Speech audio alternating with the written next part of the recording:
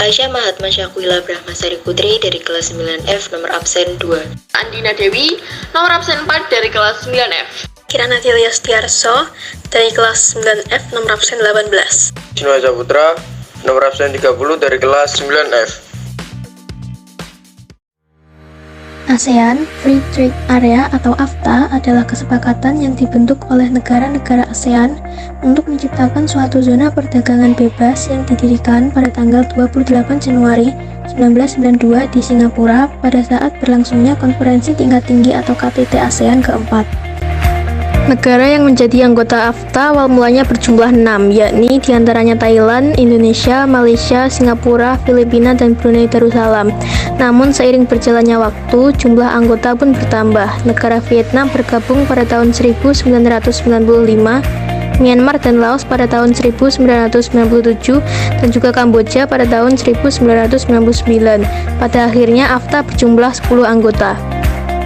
AFTA mewujudkan tujuannya dengan membuat skema Common Effective Provincial Tariffs for Asian Free Trade Area atau CEPT AFTA, yaitu merupakan suatu skema untuk penurunan tarif menjadi 0-5%, penghapusan pembatasan kuantitatif, dan hambatan-hambatan non-tarif lainnya.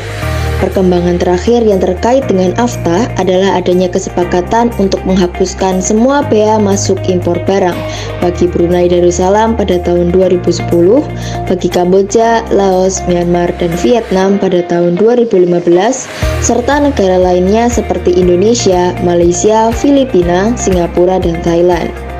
AFTA mengkategorikan produk-produk yang secara permanen tidak termasuk CEPT AFTA ke dalam General Exception.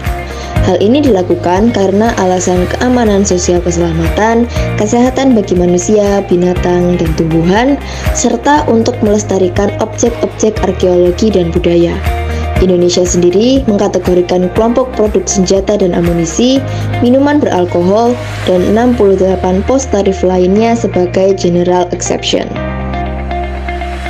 AFTA dibentuk dengan tujuan untuk meningkatkan daya saing ekonomi negara-negara ASEAN dengan menjadikan ASEAN sebagai basis produksi pasar dunia, untuk menarik investasi dan meningkatkan perdagangan antar anggota ASEAN, serta untuk meningkatkan investasi di antara negara-negara ASEAN.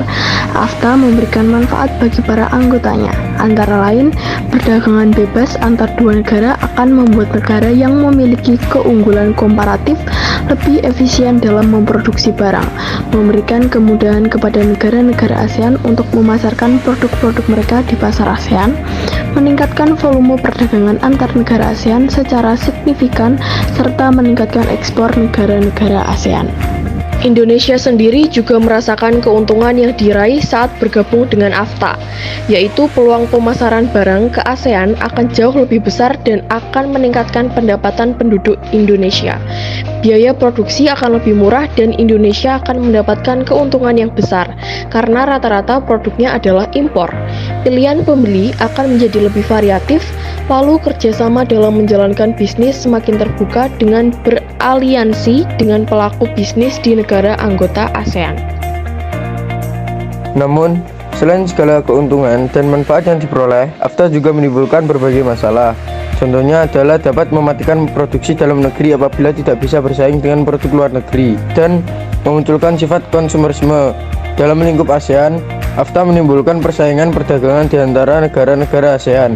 Dan untuk Indonesia sendiri, AFTA membuat kemungkinan hilangnya pasar produk ekspor Indonesia, ancaman dari sektor keuangan dunia, dan juga ancaman masuknya tenaga kerja asing atau ekspatriat. Sebagai warga negara yang baik, ayo majukan perekonomian Indonesia ke kancah dunia.